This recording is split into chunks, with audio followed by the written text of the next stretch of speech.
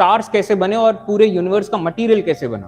तो अभी तक हमने बिग बैंग थ्योरी में ये देखा कि पहले कुछ भी नहीं था और फिर अचानक से एक पॉइंट पे एनर्जी कन्वर्ट होने लगती है मैटर में, और वो पॉइंट एक्सपैंड करते चले जाता है। उस पॉइंट से जो स्फीयर बनता है उसी के अंदर ये स्पेस बनता है, टाइम बनता है, और फिर जगह जगहों पे जो ऐसे गैस क्लाउड्स और गैस और डस्ट बनता है। सबसे पहले जो चीज बनती है वो है हाइड्रोजन गैस, और हाइड्रोजन गैस हम देख पाते हैं कि सिर्फ प्रोटॉन, इलेक्ट्रॉन और इसके भी आइसोटोप्स हैं। तो सबसे पहले हाइड्रोजन गैस बनती है, एक प्रोटॉन एक इलेक्ट्रॉन, और दूसरा आइसोटोप एक प्रोटॉन एक न्यूट्रॉन और एक इलेक्ट्रॉन। तो पूरे यूनिवर्स में सिर्फ हाइड्रोजन गैस है, हाइड्रोजन गैस और कहीं कहीं पे हीलियम गैस। और फिर इसके बाद ये कैसे पॉसिबल हो पाता है इतने सारे एलिमेंट्स बन पाए? तो ये पॉसिबल हो पाता है तारों के अंदर, सितारों के अंदर। तो सितारों की गर्मी में ये बाकी सारे एलिमेंट्स बनते हैं। तो फिलहाल तो ये देखते हैं कि अच्छा ये जो सबसे पहले जो पार्टिकल्स बन के आए, ये तो हमने देखा कि सबसे पहले ये हाइड्रोजन जैसे बना। तो हाइड्रोजन के अंदर भी अगर हम देखें तो ये बनते कैसे हैं, तो हाइड्रोजन के अंदर भी अगर हम देखें कि एक प्रोटॉन के सेंस में, तो प्रोटॉन के अंदर भी क्वार्क्स करके ये पार्टिकल्स हैं, और ये भी दो टाइप के हैं। नेचर में जैसे डुअलिटी है तो दो टाइप के क्वार्क हैं, तो up quark and down quark. तो ये अप क्वार्क्स, दो अप क्वार्क्स और एक डाउन क्वार्क मिलके बनाते हैं प्रोटॉन, और दो डाउन क्वार्क्स और एक अप क्वार्क मिलके बनाते हैं एक न्यूट्रॉन।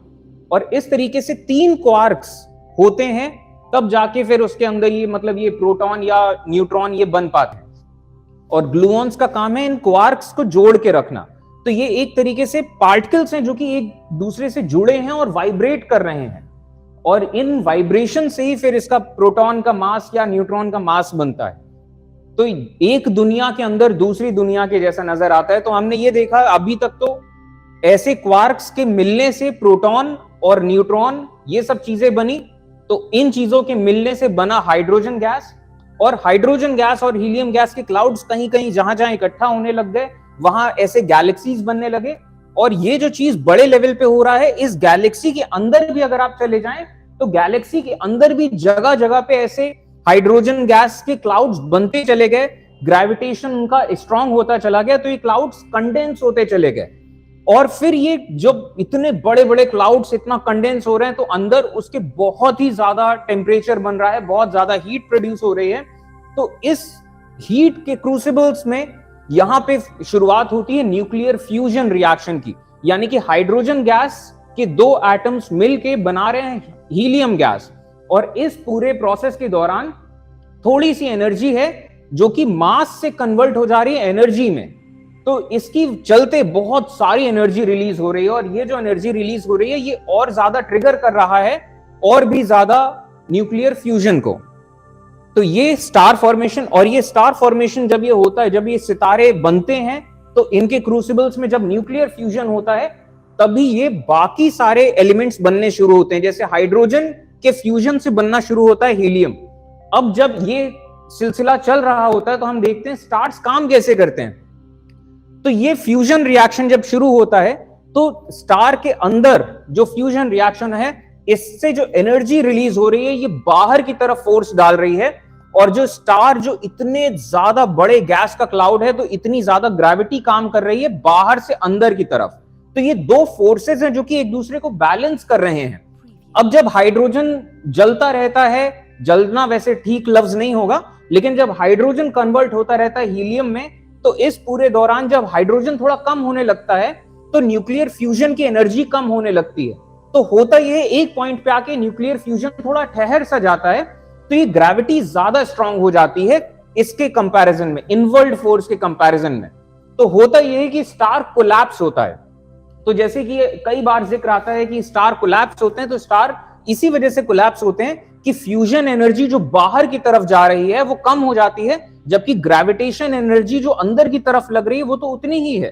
तो ग्रेविटेशन के चलते स्टार्स कोलैप्स होते हैं, और जब कोलैप्स होते हैं तो इतना ज्यादा डेंसिटी बन जाता है अंदर, और इतना ज्यादा अचानक से टेम्परेचर हो जाता है कि वो एक दूसरा न्यूक्लियर फ्यूजन रिएक्शन स्टार्ट कर देता है कि अब ये जो हीलियम हमें नजर आता है, ये हीलियम हाइड्रोजन, ये आपस में फिर से न्यूक्लियर फ्यूजन शुरू होता है, और lithium, beryllium, boron, carbon, nitrogen, ये सब एलिमेंट्स बनते हैं सितारों के अंदर, और जो बड़े सितारे हैं उन बड़े सितारों में फिर आगे और वाले भी एलिमेंट्स बनते चले जाते हैं, और यूं ही सिलसिला चलते रहता है। जब फ्यूजन का फिर से ये न्यूक्लियर फ्यूजन कमजोर पड़ता है तो फिर से स्टार कोलैप्स होता है।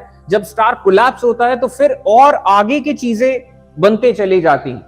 तो ये एक पूरा प्रोसेस है कि किस तरीके से ये अलग अलग एलिमेंट्स बनते हैं ये स्टार्स के क्रूसिबल्स में।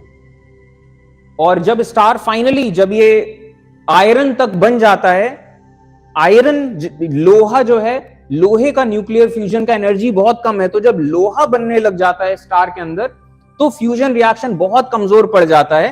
तो फिर यहां पे स्टार फिर से जब कोलैप्स करते हैं तो जो छोटे स्टार हैं वो कोलैप्स करके कोई और फॉर्म लेंगे जो जिनको हम व्हाइट ड्वार्फ कहते हैं, और जो और भी बड़े स्टार्स हैं वो जब कोलैप्स करते हैं तो सुपरनोवा एक्सप्लोजन होता है।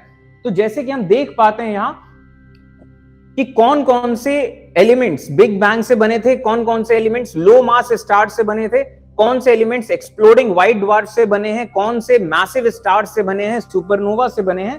तो ये सब एलिमेंट्स बनते चले गए सितारों के अंदर। ठीक है, तो ये पूरा प्रोसेस था।